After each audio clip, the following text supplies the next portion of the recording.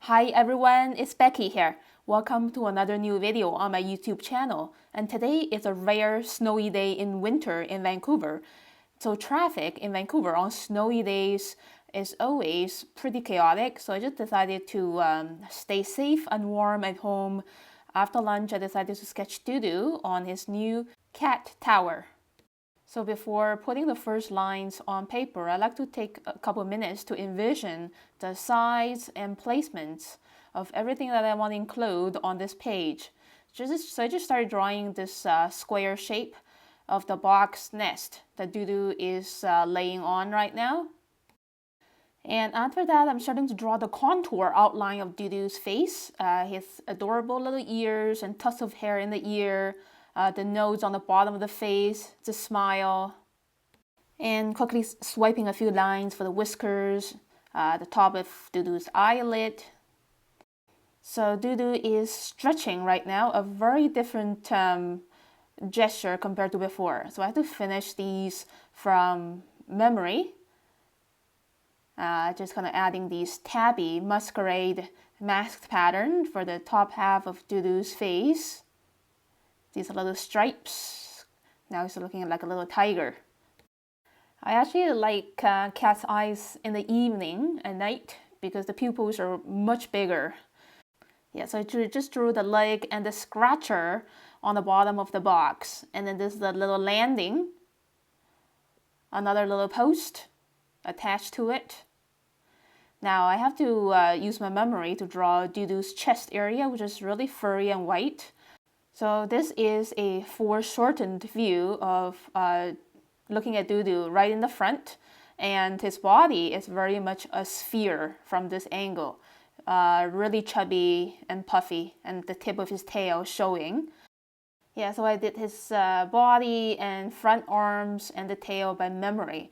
Now I'm just using very loose little squiggles to suggest the furry exterior texture of the box nest. And then drawing another landing. Yeah, so this is a soft little bed with cushions. And DuDu loves this soft little bed on the very top of the tower the most. And I just drew that little hammock, which actually for kittens is too small for DuDu, and we removed it the next day. And now just doing some final details, just taking my time to suggest the fuzzy texture of these structures' exteriors, using loose and gentle, almost like little dots. And accentuate DuDu's body. Now he's hiding in the box nest. He doesn't want to come out. But anyway, I got him on paper. Now I'm ready to sketch this view. The 3 windows of our kitchen and the lovely houses with white, snowy rooftops. Okay, so I want to get the inside done. So a lot of almost straight vertical lines for the division of the wall corners bending around. So this is the first window. It's very foreshortened. As you can see, it's very narrow. So before finishing the outlines of the window frames, I just want to finish drawing the jade plant or the money tree in first. So just getting these little branches with those thick green leaves in on the left side of the pot, the contour outline of the pot, and the little dish on the bottom. And then finishing these vertical lines of the right side of this window frame and adding more leaves for the jade plant and more branches supporting those leaves. Drawing really quickly, so just focusing more on seeing and not staring at the paper to match the exact number of leaves, just summarizing. Yeah, so basically identify the little branches first and then grow those puffy green leaves on them. Okay, that's very much it for this pot of jade plant. And then there's another little pot behind the edge of the table. And then drawing this little round table that the jade plant is sitting on. Okay, I think that's enough details for the foreground area of my sketch. Now I'm moving on to drawing more of these vertical lines, defining the wall edges and the window frames. As you can see, when you're drawing straight lines, just relax. They don't have to be mechanically straight. We're humans, and it's very much impossible to draw perfectly straight lines. Just embrace those imperfections. Imperfections in drawing actually adds a lot more life. And then I just drew the little dishes and bottles and this pot of orchids. As you can see, there are little buds on them, but because the temperature has been so cold these days, the buds, I think they're dying. It's very sad. Just finishing the tabletop a little bit, and then moving on to draw this money tree. So we kind of trimmed this money tree a little bit, so it's going to sprout again with brand new leaves very soon. Now, moving on to the view outside. This is the foreground area right outside the window, the branches of the maple tree, and then one side of our neighbor's house as seen from this window. So now the process is getting easier because each of these window frames is containing an abstract little picture. And I just drew another section of that house with windows and little roofs. There's a car parked in the front and another neighbor's house. The roof is kind of like a pyramid. Just chimney here and the little bulging sections, windows. And the fences wrapping around the bottom of the house, ground level windows. And then moving on to the next picture frame on the very right hand side. Again, the rooftop is kind of like a flattened pyramid shape. And then the upper floor was a balcony and some windows. Focus on seeing those abstract shapes rather than trying to define what those things really are. When you're so into the drawing process, you're going to see that the whole world is made up of numerous abstract little symbols, writing down the day and the time. And now it's time to paint watercolors. Alright, so first of all, I'm going to paint the largest area, which is the base color of the wall. It's kind of like a skin color. So I just mixed yellow ochre with a little bit of orange, diluted with a lot of water. This is also a warm color surrounding all of the cold colors outside the windows, and also DuDu and the houseplant is mostly cool color. Yeah, so just getting this in, and same for the cat tower. A little bit more concentrated yellow ochre with a little bit orange. Right, and just keep spreading this skin color or beige color all around the whole interior area, and same for DuDu's for underlay. Alright, so now I'm beginning to add the second layer, starting with the cat tower. So this is a mix of mostly burnt sienna and a little bit of orange. So just painting the cat tower with a stronger tone so it stands out better. So a pretty large percentage of the whole cat tower is shaded, as you can see behind me. And for these little cylindrical posts, the left side is brightened up because there's that balcony door on the left. Now starting to add the top layer for DuDu's fur, so this is a mix of black and a little bit of burnt sienna.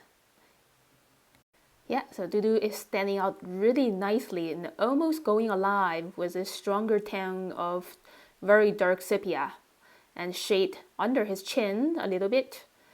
Final polish for the cat tower here and there. Make sure it's not over shaded. There are actually some little edges with a brighter stripe of highlight. And now shading the wall behind the cat tower with a mix of cobalt blue and a bit of royal purple, super diluted, so it's very transparent. The original color of the wall is not completely covered up by this shade color. And shade below the windowsills, under the table as well, in between the window frames. Yeah, so these wall areas are shaded, but they don't look way too cold because the gray wash on the top layer is very, very transparent. The beige color of the wall on the bottom is not completely covered, as I mentioned before. So this is a really cool technique with watercolors. And I used very much the same gray to paint the overcast sky outside above the rooftops. And then grabbing some warm color, very much matching the color of the cat tower for these houses. Yellow ochre with a little bit orange, burnt sienna for the fences, some leftover gray for that white house on the left. So when I'm painting, I like to play with matching colors. So as you can see, the color of the cat tower and those two houses outside the windows are very much the same. And these matching colors, they add a sense of balance and harmony. And I just painted those little shrubs surrounding the little house with viridian green, topped with a little bit of snow. And adding another warm color for the little round table for the jade plant, and same for the branches of the jade plant, yellow ochre, less diluted. Burnt sienna with a little bit of blue mixed in, so I get a sepia for the maple trees, boughs, and branches out there. And mixing burnt sienna with a bit of orange and red for the mahogany dining table. And the tabletop had a glass covering, so it's very reflective and of a much lighter value compared to the other parts, the lakes. And then using cobalt blue to color that flower pot, leftover gray for the white pot. And now I'm ready to paint the first layer of the jade plant, which is a mix of lime green and viridian green. It's so important to have this lively green plant inside in contrast with everything looking so cold outside the window. And then second layer, viridian green for a little bit of contrast. And these little weeds on the bottom of the plant, and some more viridian green for the orchid over there. This is a mix of burnt sienna with a lot of cobalt blue for really dark sepia for the flower pot, but at the same time allowing a bit of value transition. The second layer right now on top is having less water into it. The middle of the flower pot is bulging out, so that's why the value is lighter. Adding the grainy wooden texture using the leftover brown sepia as well. Intensify these branches of the jade plant. And the color of the flower pot here, as well as these branches, the color is echoing with DuDu's fur. So when I'm sketching, I love finding echoing or matching colors. Now I just added another layer of viridian green with a tiny bit of burnt sienna into it, an even darker shade of green for the leaves of the jade plant, shadow for the flower pot, and the thickness of the round table. And this is very much the last stage of the painting process, just kind of using the leftover colors on my palette to get these small objects in. So now I want to talk about color intensity in the painting. If you want your painting in whatever medium that you're doing, whether it's watercolors or acrylics or oils or colored pencils, you need to find the balance of lighter values and extremely dark values. So if everything is very light, or if every single part of a painting is covered with extremely heavy color values, your painting is going to look flat. So as you can see, the flower pot here in the foreground, DuDu, and those houses outside the window, they are having a heavier value, and also that blue flower pot in comparison to the wall and the table and all the snow out there. So I think I have a pretty good balance of light values and heavy values in my painting. As you can see, I'm intensifying those shaded areas, the edge of the table, that blue flower pot, shadows of all of these little thingies on the table, just so, and also the reflection on the glass covering of the table, a little heavier for the tabletop. Okay, now the balance is even better between the dark and the light values.